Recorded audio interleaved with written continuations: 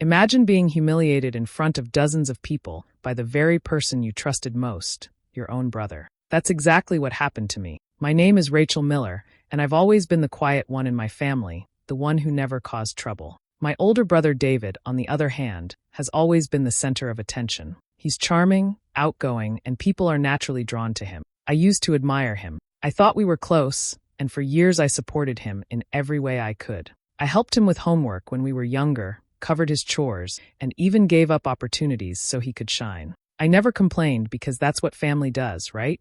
At least, that's what I believed. David had just been promoted at his company, and he decided to throw a huge party at his house to celebrate. Of course, I was the one who helped him prepare. I cooked, cleaned, decorated, and made sure everything looked perfect before the guests arrived. He didn't thank me once, but I brushed it off. I wanted him to have a great night, and I told myself I didn't mind. When people began to arrive, I tried to stay in the background, greeting a few familiar faces and making sure the food was ready. The night seemed to be going well until David called me over. I thought maybe he would finally introduce me as his sister, or even acknowledge how much I had done to help. Instead, in front of everyone, he laughed and said, "This is Rachel, she's been serving me for years." His friends burst out laughing. Even his girlfriend, Lindsay, covered her mouth and giggled. Some people looked uncomfortable, but most of them joined in. My parents, who were standing nearby, even chuckled like it was just a harmless joke. I froze.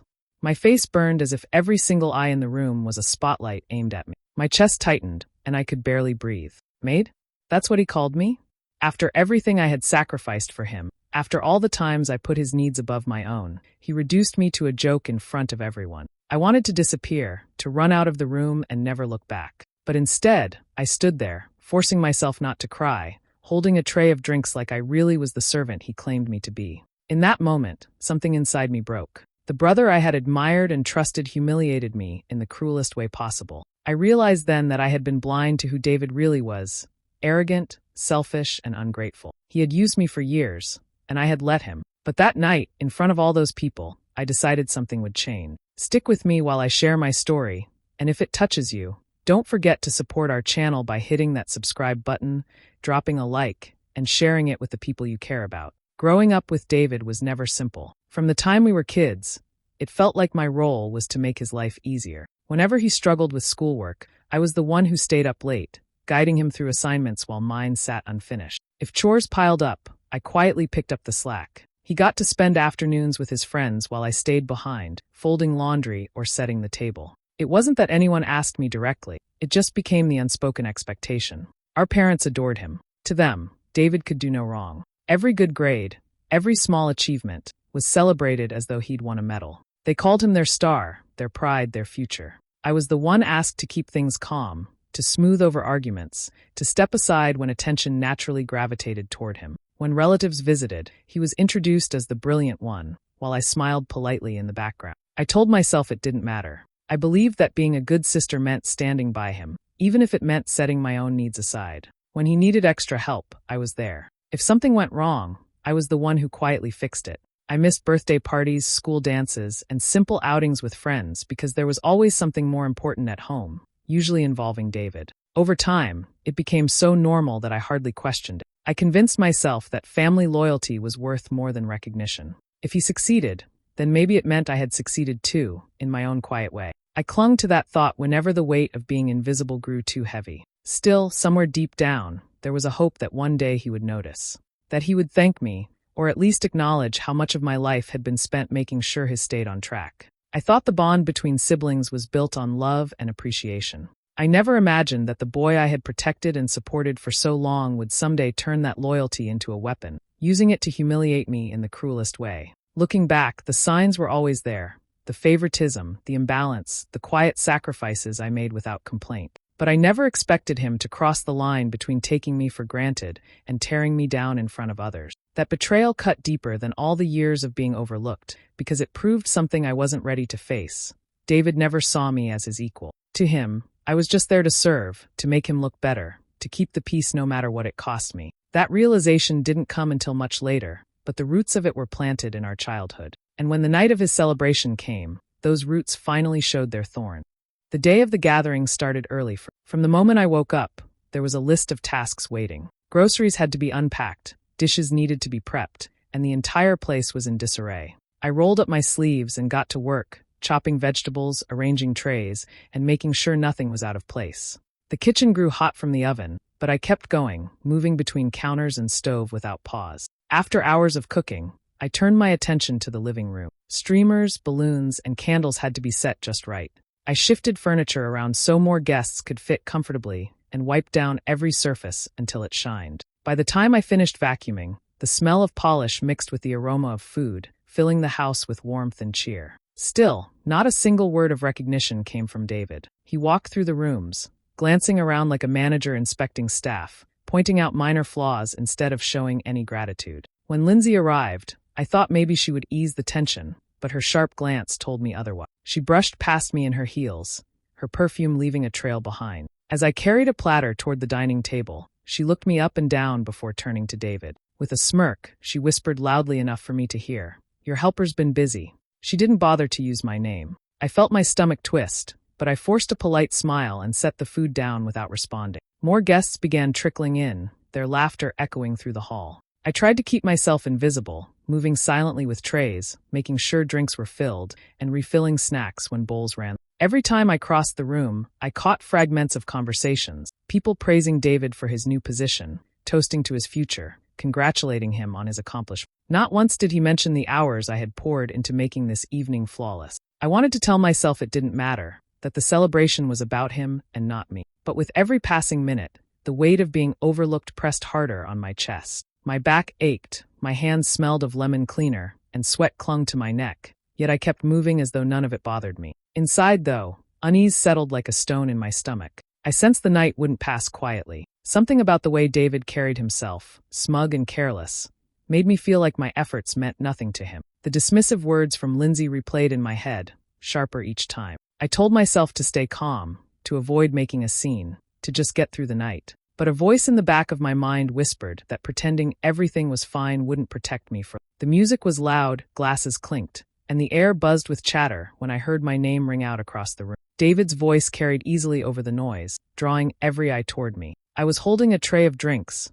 weaving through the crowd, when he beckoned me forward with a smug grin. I thought he wanted me to hand them out, nothing more, so I stepped closer. He put an arm around my shoulder, pulling me into the circle of his colleagues. Their polished suits and glittering jewelry made me feel small, out of place, but I forced a polite expression. Then, with a booming laugh, David announced, "Everyone, this is Rachel, she's been serving me for years." The words hit like a slap. For a moment, I couldn't process what I'd heard. Laughter erupted around me, some sharp and mocking, others awkward and uncertain. A few people glanced at me with pity, but most just went along with his performance, raising their glasses in amusement. My skin prickled, my cheeks flamed, and the tray in my hands trembled. I stood frozen, unable to move or speak. The weight of their eyes pressed down like stones, trapping me in place. My lips tried to curl into a weak smile, but the effort felt painful, unnatural. Behind the wall of laughter, I could see my parents standing off to the side.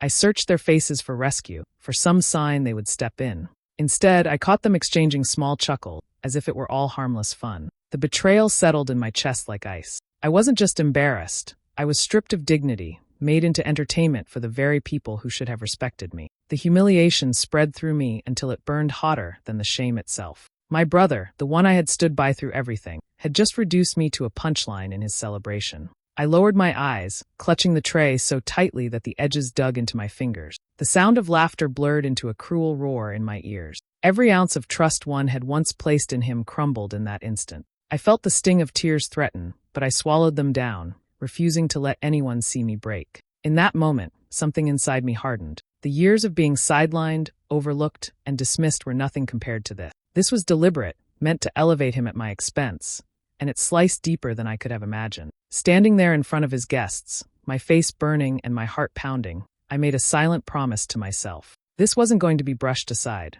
This wasn't going to be forgiven. What he had done would not pass without consequence. That night, in the middle of his laughter-filled living room, I decided this would not slide. I slipped out of the crowded room as quietly as I could, gripping the tray until my knuckles ached. My chest felt tight, and I knew if I stayed another second, the tears pressing behind my eyes would betray me in front of everyone. I pushed open the kitchen door and leaned against the counter, forcing myself to breathe slowly, willing the sting in my throat to fade. The muffled sound of laughter carried through the walls, each burst reminding me of what had just happened. I closed my eyes, and images from the past flooded in, sharp and relentless. The nights I stayed awake helping him finish school projects while my own assignments sat untouched. The evenings I picked up extra shifts at the diner so our parents wouldn't have to worry about bills, money that somehow always ended up covering his expenses. The countless meals I prepared, making sure he had a full plate even if it meant mine was smaller. All those years I told myself it was worth it because family came first, because he would do the same for me if the roles were reversed. But now, standing there with my heart aching, I realized how blind I had been. Every sacrifice I made had been taken for granted. He hadn't just overlooked me, he had used me. And tonight, he didn't just ignore all that I'd done, he mocked me for it. My sacrifices had turned into ammunition for his joke. The hurt was raw, but beneath it something colder began to take shape. It was steady, controlled, nothing like the tears I fought back. The humiliation he had dealt me burned, but it also carved a new edge into my resolve. I wasn't going to crumble. Not here. Not for him. I pressed my palms flat against the counter, grounding myself as a clarity I'd never felt before settled in. This wasn't just about tonight. This was about every time I had stepped aside, every time I had swallowed my own dreams so he could chase his. I had lost too much already, and he had the nerve to turn me into a laughingstock. A bitter laugh escaped me, quiet and sharp. He thought he could parade me around, reduce me to a servant in front of everyone he wanted to impress, and that I would keep playing the role. He had no idea what he had just awakened. I straightened, wiped my damp eyes, and steadied my breathing. The humiliation was still there, but it was no longer in control. Determination coursed through me now, stronger than the sting of shame. Right there, in the silence of that kitchen, I made myself a promise. He would regret what he did. One day soon, he would understand the weight of every sacrifice, every slight, every cruel word. And when that moment came, he wouldn't be the one laughing. I returned to the party with my face composed, my steps measured. No one noticed the storm inside me, and that was exactly how I wanted it. On the surface, I looked calm, but behind my steady smile, I was watching. Every word, every gesture from David became fuel for something I was quietly shaping in my mind. He stood in the center of the room, voice loud, hands moving as he told stories about how hard he'd worked to earn his new position. I listened carefully, catching the details. He spoke about projects he claimed to have completed on his own, but I remembered the nights he had shoved those very tasks onto me, insisting he was too busy. He boasted about clever ideas he supposedly came up with, but I knew I had been the one to sketch them out, hidden away while he took the credit. The more he talked, the clearer his arrogance became. His coworkers nodded and clapped, eating up every word, never realizing how much of his image was built on lies. I stayed quiet, letting him bask in their praise, but I stored away each exaggeration like a weapon waiting for its moment. Nearby, Lindsay clung to his arm, smiling proudly as she flashed the sparkling necklace around her neck. "He spoils me," she announced to a group of women, tilting her chin so the gems caught the light. They admired it, whispering about how generous David was. I didn't speak up, but inside I thought about the truth. That necklace hadn't come from his paycheck. It was purchased on our parents' credit card, the one he had maxed out more than once. Piece by piece, the mask he wore in public grew more obvious to me. He was careless, assuming no one would ever challenge his version of events. And why would he think otherwise? For years, I had let him take advantage of me without a word. He believed I would stay silent forever. But as I carried another tray through the crowd, I let the thought settle deeper. Silence had been my mistake. From now on, I would not simply endure. I would gather. I would prepare. And when the time was right, I would reveal the man behind the performance. Each lie he told became another thread I could unravel. Each careless display of wealth he didn't earn became another opening. I didn't need to raise my voice that night or confront him in front of his guests. That would have been too easy for him to dismiss as bitterness. What I wanted was something sharper, undeniable, something that would strike at the core of his carefully built image. By the end of the evening, I knew what I had to do. My revenge wouldn't be loud or impulsive. It would be precise. It would not just humiliate him. It would strip away the facade he had built until there was nothing left but truth. The weeks that followed passed quietly on the surface. David went about his life as though nothing had happened, calling me over to help with errands, expecting me to fall back into the same rhythm as always. I played along, my tone light, my face neutral. I nodded when he barked instructions, offered polite smiles when Lindsay appeared, and never once hinted at what I was truly doing. To him, it looked like I had let the sting of that night fade. To me, it was preparation. He began planning another gathering, smaller than the last, but more important. This time it wasn't about celebrating a promotion. It was about impressing people who held real weight in his life, our parents and, more importantly, his boss. He wanted everything perfect, and naturally, he turned to me to make sure it would be. I agreed, all the while thinking how fitting it was that he was setting the stage for his own undoing. As I scrubbed dishes and laid out silverware, I thought back to the long nights I had carried him through assignments. I remembered the endless hours of work I had done in his shadow, with no credit and no thanks. Now, I finally had the chance to prove the truth, and I wasn't going to let it slip. Every spare moment, I collected what I needed. On an old laptop, I dug through emails where I had drafted entire reports under his name, each timestamp a record of my invisible hand in his success. I printed them neatly, stacking them in a folder, each page a piece of evidence he couldn't twist or deny. Next, I traced the money trail. Receipts showed purchases that didn't match his income, items charged on accounts he had no business using, jewelry for Lindsay, electronics he bragged about, dinners he claimed to have paid for himself, all linked to debt that was quietly piling up. I kept copies of the bills, highlighting the dates and amounts that painted the picture of his recklessness. Then came the most personal part, the times I had filled in the gaps he left behind. Payments for utilities, grocery runs, even car repairs. My name appeared again and again, covering costs he had let others assume came from him. Each record carried the weight of my sacrifices, proof that his carefully curated image had always depended on my silence. While David bragged about his upcoming dinner, I polished glasses and folded napkins, letting him think I was focused on presentation. In truth, I was already imagining the moment when the mask he wore would fall away. I kept my voice steady, my eyes calm, so he would never suspect. By the time the night of the dinner drew near, everything was ready. The food would be served, the table would be perfect, and his guests would arrive expecting to admire him. But hidden among the fine china and neatly folded linens was something far more dangerous. The truth waiting to be revealed. The dining room glowed under soft light, the table set with polished silverware and plates that reflected the flicker of candles. Guests filled their seats, laughter and polite conversation flowing easily as dishes were passed around. David sat at the head of the table, his smile wide, his voice carrying as he boasted about achievements that weren't truly his. I moved gracefully between chairs, pouring water, setting platters down, appearing every bit the obedient sibling he believed me to be. At one point, he snapped his fingers lightly and motioned toward the glasses. "Rachel, get the drinks," he said, as though it were second nature. All eyes turned briefly toward me, expecting compliance. Instead, I placed the pitcher gently on the table, straightened my back, and let a calm smile spread across my face. "Actually," I said evenly, my tone cutting through the hum of chatter, "I think it's time we tell the truth about who's been serving who." The room fell quiet. Forks paused midair, conversations broke off. David's smile faltered as I reached into the folder I had tucked away earlier. With steady hands, I laid out the first sheet in front of me,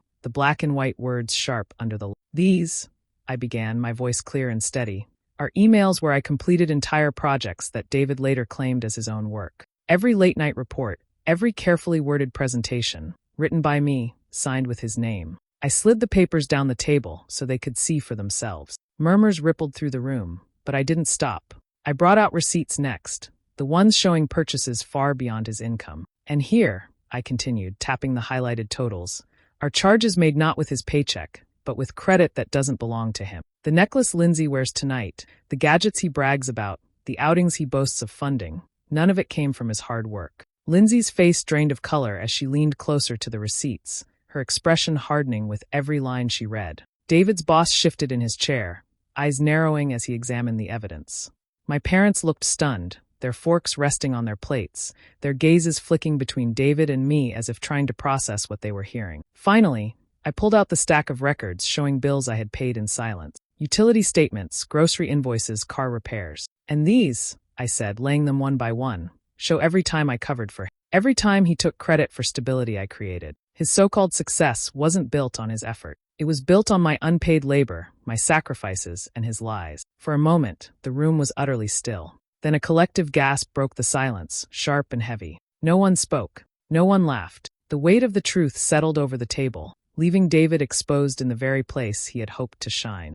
The silence in the room shattered when David's boss slammed his hand against the table, his face red with anger. "So all those presentations you bragged about," he said sharply, "they weren't even yours?"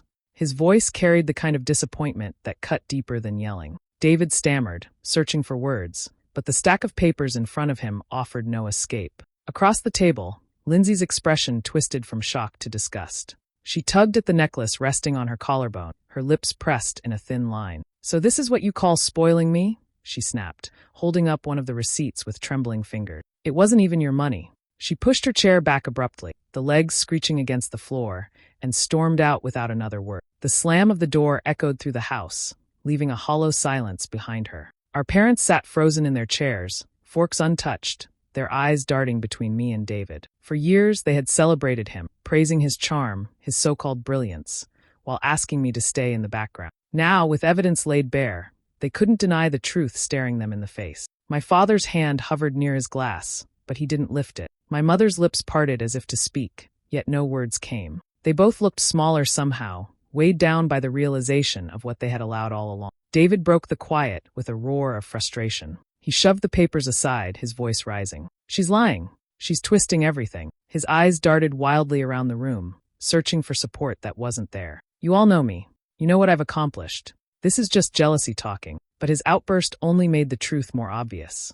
The documents lay scattered across the table, undeniable and damning. His boss leaned back in his chair, arms crossed, the disappointment etched deep into his features. My parents stayed mute, unable to shield him this time. The louder David shouted, the more powerless he appeared, his carefully constructed image crumbling with every desperate word. I didn't raise my voice.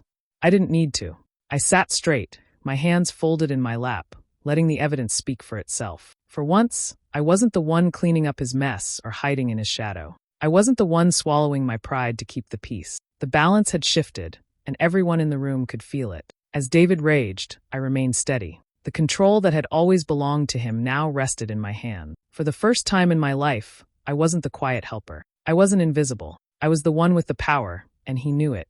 In the weeks that followed, the fallout spread quickly. Word of the dinner reached David's workplace, and his boss wasted no time pulling him aside. Without the illusion of competence, there was nothing left to shield him. Projects slipped through his fingers, co-workers whispered behind his back, and soon the promotion he had bragged about turned into a seat on probation. The man who once strutted with confidence now avoided eye contact, his voice subdued, his charm useless. At home, the absence of Lindsay was impossible to ignore. She never came back after walking out that night. Her belongings disappeared from his apartment, and her number no longer answered his calls. The necklace she had once flaunted was returned in a small box, left on the porch without a note. For the first time, David had to face life without a partner to echo his praises or a sister to quietly carry his weight. Meanwhile, I felt something inside me shift. For so long, I had convinced myself my place was behind him, propping him up, keeping peace in a house where I was barely seen. Now, with the truth exposed, I realized how much of myself I had buried to make room for his spotlight.